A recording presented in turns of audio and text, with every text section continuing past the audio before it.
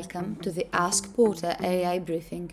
In this series, we are going to dive into the most pressing issues facing the property and housing sectors today and explore how artificial intelligence and cutting edge technology can provide solutions. We'll be tackling everything from new regulatory challenges to transforming the tenant experience and revolutionizing maintenance. In this first episode, we're looking at a topic that's top of mind for everyone in social housing, Awaab's law. This new legislation is designed to ensure safe and decent homes for all tenants, but it also brings with it a whole new set of compliance and operational challenges. We'll be discussing how technology can help you not only meet these new deadlines, but also create a more efficient and proactive system. Harry, do you think that housing associations are ready to fully comply with Awaab's law from October? What do you think is missing? So I think most are going to be ready in the sense that they'll have processes in place that will work. But I imagine that a lot of these processes are likely to be very manual, quite inefficient, and possibly prone to errors as they sort of work through them. And I think that ultimately this means that other areas of the service will probably suffer as staff and team members try to keep up with the new compliance deadlines.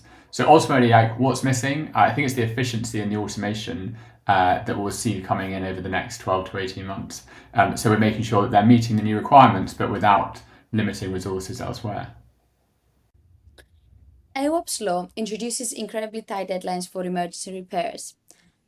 How can technology and AI move a team from a reactive firefighting mode to a proactive system that automatically flags and addresses compliance risks?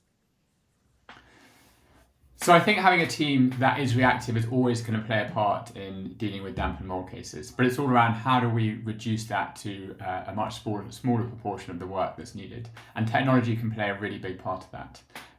I think there are a number of things that we can see happen over the next 12 to 18 months, and I think AI will become an increasingly big part of those features. So things like proactive outreach to silent residents, checking in on them regularly, ensuring property inspections are up to date. Prioritization, so based on resident data or the history of a property, making sure resources go to where the risks are the highest. And this is something that AI will definitely be able to help over time as well.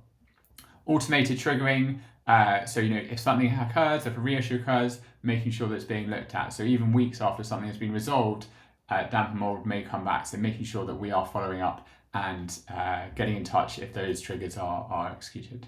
And then simple things like just escalations built into the system. So rather than an email just going in an inbox and being left and forgotten behind with every other email that comes in, making sure deadlines are not missed because escalation becomes part of the process and part of the system.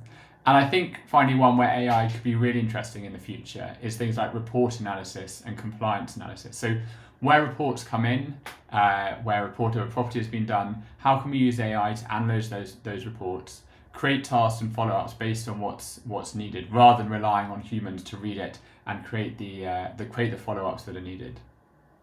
This is The law placeholder is being media that you'll phased see in to if you cover add a more layout to an hazards. empty How scene. does a tech and can go AI ahead and delete solution it. provide the flexibility to adapt to these new regulations without requiring a major overhaul of a housing provider's operation? Is there a way to avoid an incident like the one with Awaab from happening in the future with the use of technology? Yes, so I think a mold is a really good example because ultimately mold is a maintenance issue, but if it's left unchecked, the consequences are just far more severe. So if you've already got the tools and processes to manage mold effectively, then those same workflows can be adapted for other hazards without redesigning the entire operations. So technology provides a flexible backbone that evolves as those regulations expand. And as we see more and more issues and problems come into that flow, AI will have a much larger data set to work with and potentially provide huge efficiency savings.